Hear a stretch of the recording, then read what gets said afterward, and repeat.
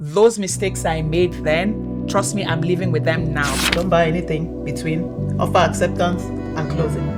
Renting is actually much better and cheaper. I thought I didn't have to be involved. One big misconception is you can do it yourself.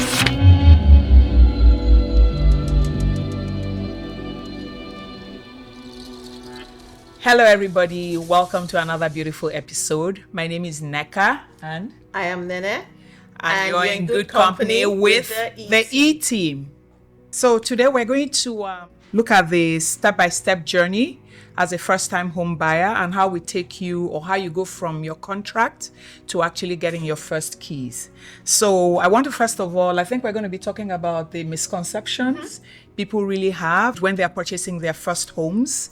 And I think then one of those misconceptions is actually the fact that you actually think, first of all, that you're supposed to have a lot of money, mostly like 20% down payment. One other of the misconceptions is actually the fact that most people really do believe that renting is actually much better and cheaper. I don't know whether I can think of any other misconceptions. Well, yes, in addition to what you've said, one thing people think is once you buy your home, you have nothing else to spend money on. That's true. Not knowing that you have to keep at least a month or 2 months worth of savings in case you have repairs to do your lawn and things like that. And then, of course, all those hidden costs, which actually do have to come in with your budgeting and your planning and your cash flow. Yeah. And then I think we also need to, because we're trying to make everything more relatable, can you let us know like some of your personal experiences? What really surprised you most on your real estate journey? One of the things that surprised me on this journey was I thought I didn't have to be involved. Okay. So I thought I'll leave everything to my significant other to do everything. But I found out that when you are buying a home as a first home buyer, you have to be involved. You have to read the contracts. You have to know exactly what is going on with that purchase. Yes, 100%. And if I actually have to talk about my own experience, I think I was more of an emotional buyer. And because I was an emotional buyer, I actually didn't look out for me, it was just all about, okay, I needed to get the home. And I didn't look out for the main things that I needed to look out for, like how many extra bathrooms do I really need? And trust me, those mistakes I made then, trust me, I'm living with them now because I'm still living in that first home and it's still haunting me till date. So, I mean, when we look at it, what kind of tips are we going to give our first time home buyers? You need an agent. 100%. One big misconception is you can do it yourself. 100%. You need an agent. You 100%. need an experienced agent. You need an agent who would guide you through the process and hold your hand like we do. And like with the E-Team, that's why we say that you're in good company. We actually hold your hands and, guide you through the real estate journey from when you actually do make that decision to actually buy a home and lead you through all the steps, all the hidden charges till you get your keys. And we'll talk a little bit about the stages. This is a good time to segue into that. Yes. One of the first things you need to do as a buyer is you need to get a pre-approval from a lender.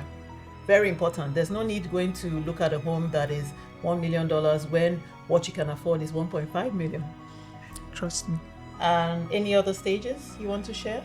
Yes. When you get a pre-approval, of course, get in touch with the E-Team so that you can be in good company, get a designated agent. And then what else?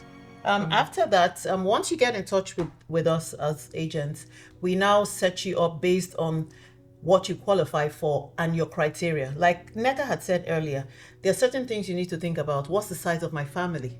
So if I have 4 children, clearly in the morning, you want to be able to have 2 bathrooms for everybody to get ready, go to work and go to school. You also will talk about, are you somebody that likes hiking? So if you like hiking, clearly you want to live somewhere near trails. Another thing you would be interested in is some people actually like the millennials, the Gen Zs, they want to be able to just walk to a restaurant or walk to shopping or get onto the GO train.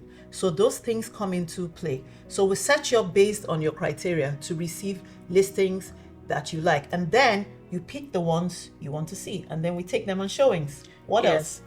Yes, and I'm even happy you actually mentioned the work score, and basically it has to do with your demographics, exactly where are you in life. You also have the downsizers, the seniors who no longer have need for the schools, because we also kind of set you up based on the school ratings depending on where you are at in life.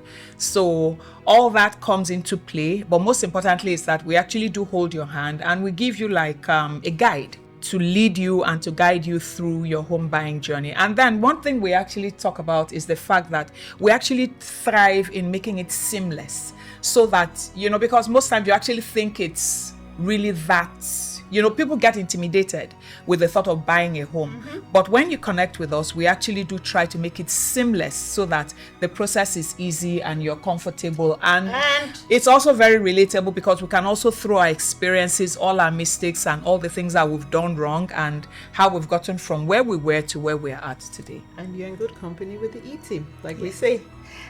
So like Nneka has said, we hold your hands from getting a lender approval to scheduling showings for you. And then after scheduling the showings, you pick one of the homes or property you want, and then you put in an offer. At that stage, you bring in our negotiation skills to help you negotiate the best deal possible. And after that, if the offer is accepted, so when you put in an offer, 3 things happen. The offer is either accepted, the offer is rejected, or you get a sign back. And we'll explain to you as we go along. Remember, we hold your hand through this whole process. After the offer is accepted, we wait for the closing day.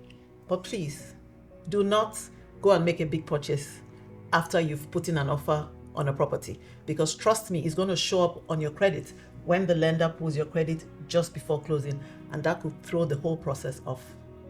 And then, of course, we end with, the final closing day, which is actually when we're actually, because the joy of our clients is our joy. So that's when we're actually the happiest. We rejoice with you, guide you through moving into your new home and so many other things. So, and we also get you jollof rice.